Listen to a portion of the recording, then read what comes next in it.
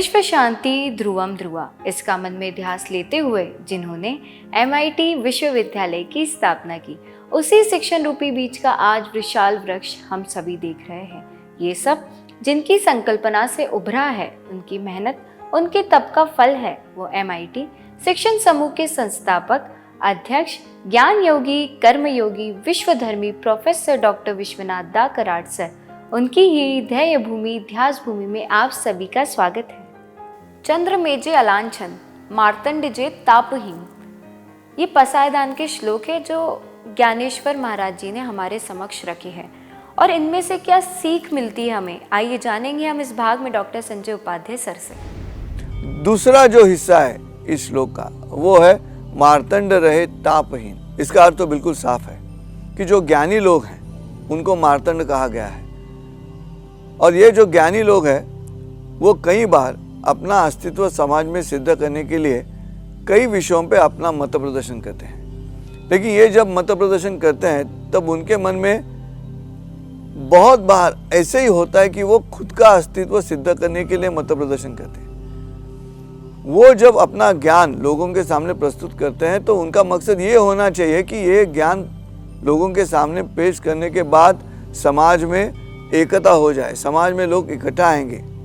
लेकिन वैसे होता नहीं। कई बार ये दिखाई देता है कि ये जो ज्ञानी लोग हैं वो जब व्यक्त होते हैं तो उससे कई विवाद तैयार हो जाते हैं और समाज इकट्ठा आने के बजाय टूट जाता है। इसलिए ये जो अनुभव है संत ज्ञानेश्वर जी का, कब का अनुभव है? 730 साल पहले का अनुभव है। उस समय भी यही हो रहा था। जो ज्ञानी लोग थे, जो पंडित लोग थे, उनके मत प्रदर्शन से समाज इकट्ठा आने के बजाय एक दूसरे से दूर जाने की स्थिति तैयार हो रही थी। और इसीलिए संत ज्ञानेश्वर जी ने भगवान के पास, विश्व भगवान के पास, विश्वात्मक भगवान के पास ये मांगा है कि मार्तंड रहे तापहीन। उन्होंने खुद वही काम किया है। संत ज्ञानेश्वर जी के निजी जिंदगी में जितनी भी कठिनाइयां हैं उसका एक अक्षर भी उन्होंने अपने साहित्य में इसलिए नहीं लिखा, नहीं तो वो भी फनकार है, वो भी कलाकार है, वो भी कवि है। लेकिन ज्ञानेश्वरी के माध्यम से या चांगदेव पासष्टी नाम का उनका एक ग्रंथ है, उसके माध्यम से, हरिपाठ के जितने भी अभंग उन्होंने लिखे हैं उनके माध्यम से, कहीं पे भी अमृतानुभव लिखने के बाद भी ऐसा नहीं हुआ कि उन्होंने जो अपना मत व्यक्त किया है इस साहित्य के माध्यम से उससे समाज में विवाद तैयार हुआ। और इसलिए वो खुद स्वयं के आचरण में वो ला रहे हैं, क्या है? मार्तंड जे तापहीन। और ये तापहीन है इसलिए 730 साल हुए संत ज्ञानेश्वर जी की जो ज्ञानेश्वरी है उस ज्ञानेश्वरी को सर पे उठाए लोग निकलते हैं पंढरपुर की ओर, लोग निकलते हैं आलंदी की ओर जहाँ पे उन्होंने संजीवन समाधि ली है। ये क्यों हुआ? 730 साल तक किसी कवि की इस तरह से कविता चैतन्य पूर्ण रहना, ये क्यों हुआ? ये क्यों हुआ? उसका कारण यही है कि उस ज्ञानेश्वरी में ऐसे नहीं है जिसकी वजह से विसंवाद तैयार हो। और वो तापहीन का जो अर्थ है वो अगर आप जानना चाहते हो तो जरूर पढ़िएगा। मराठी में है ज्ञानेश्वरी, लेकिन जरूर पढ़िएगा अभ्यास करके और देखिए कैसे मन को शांति देती है। और इसलिए चंद्र रहे अलांछन मार्तंड रहे तापहीन। फिर क्या है? तीसरा चरण जो है, वे सकल सदा सज्जन परिवार हो। अगर ये दोनों जो तापहीन ज्ञानी हैं, जो तापहीन मार्तंड है, और अलांछन आचरण करने वाला जो कलाकार है, मनुष्य है, ये दोनों अगर परिवार हो सकते हैं, एक दूसरे से नाता जोड़ सकते हैं, तो उसकी आवश्यकता आज है। और इसलिए, और वो भी कैसा? सातत्य से। क्या कहा है? सदा सज्जन। मतलब ये नहीं कि अपने स्वार्थ के लिए कभी कभी सज्जन और अपने स्वार्थ के लिए कभी कभी दुर्जन, ऐसे नहीं है। वे सकल सदा सज्जन परिवार हो। और ये वसुधैव कुटुंबकम की ओर जाने वाली बात है। अगर ऐसे लोग इकट्ठा आते हैं, जहाँ तक भारत का सवाल है, हिंदुस्तान का सवाल है, भारत की सांस्कृतिक जो रचना है उसमें रीढ़ की जो हड्डी है और वो है परिवार, कुटुंब। और इसीलिए भारत पे इतने साल अलग अलग हमले होने के बावजूद भी भारत की संस्कृति अब भी बरकरार इसलिए रही है क्योंकि परिवार, और ये जो परिवार है, इकट्ठा परिवार, जॉइंट फैमिली है, उनकी वजह से ये हो रहा है। और ये जॉइंट फैमिली अगर इस तरह से आदमी इस तरह से रिश्ते तैयार करती है, कौन से रिश्ते? चंद्र रहे अलांछन मार्तंड रहे तापहीन, तो एक परिवार बहुत खुशी से रह सकता है। और ये जो रिश्ता है ये क्यों तैयार हुआ?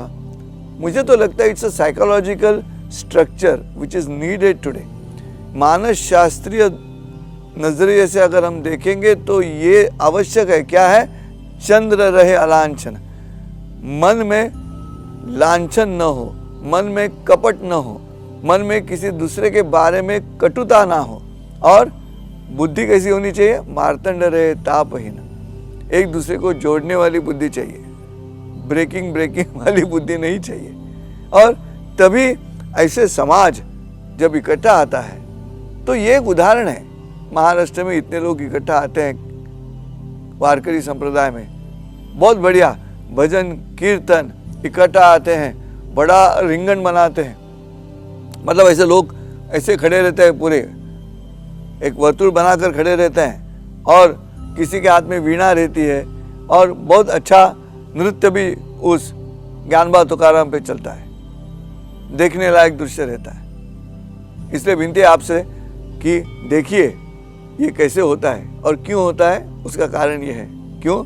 चंद्र रहे अलांछन मार्तंड रहे तापहीन, और ये साल भर चलता है, इसलिए वे सकल सदा सज्जन परिवार हो। उसके बाद का जो श्लोक है वो क्या है? कहने का मतलब ये रहे, मैं तो कहता हूँ जैसे अंग्रेजी में हम कंक्लूडिंग कहते हैं, वैसे मराठी में शब्द उन्होंने इस्तेमाल किया है संत ज्ञानेश्वर जी ने, वो है किंबहुना। मैंने जब हिंदी अनुवाद किया, मैं कहता हूँ सारांश, सकल लोग कैसे हो जानी चाहिए? सुखी होने चाहिए, सकल लोगों को सुख होना चाहिए, पूर्ण हो जाए तीनों लोग। तीनों लोग जो है, भूतल है, पाताल है, स्वर्ग लोक है। देखिए, केवल विश्व के बारे में नहीं सोच रहे हैं, वो पूरे ब्रह्मांड के बारे में सोच रहे हैं ज्ञानेश्वर जी। जब तीनों लोग ये शब्द आता है यहाँ पे, ये तीन लोग के बारे में जब ज्ञानेश्वर जी पसाय दान मांग रहे हैं, तो उसका मतलब सीधा है कि ये केवल अब व्यक्ति नहीं, समाज नहीं, राष्ट्र नहीं, केवल विश्व भी नहीं, ये विश्व यानी इस पृथ्वी जिस ग्रह मंडल में है, वो पूरा जो ब्रह्मांड है, उस ब्रह्मांड में भी क्या होना चाहिए? ऐसे पसायदान है। क्यों? पूर्ण हो जाए तीनों लोक। मतलब क्या हो जाए?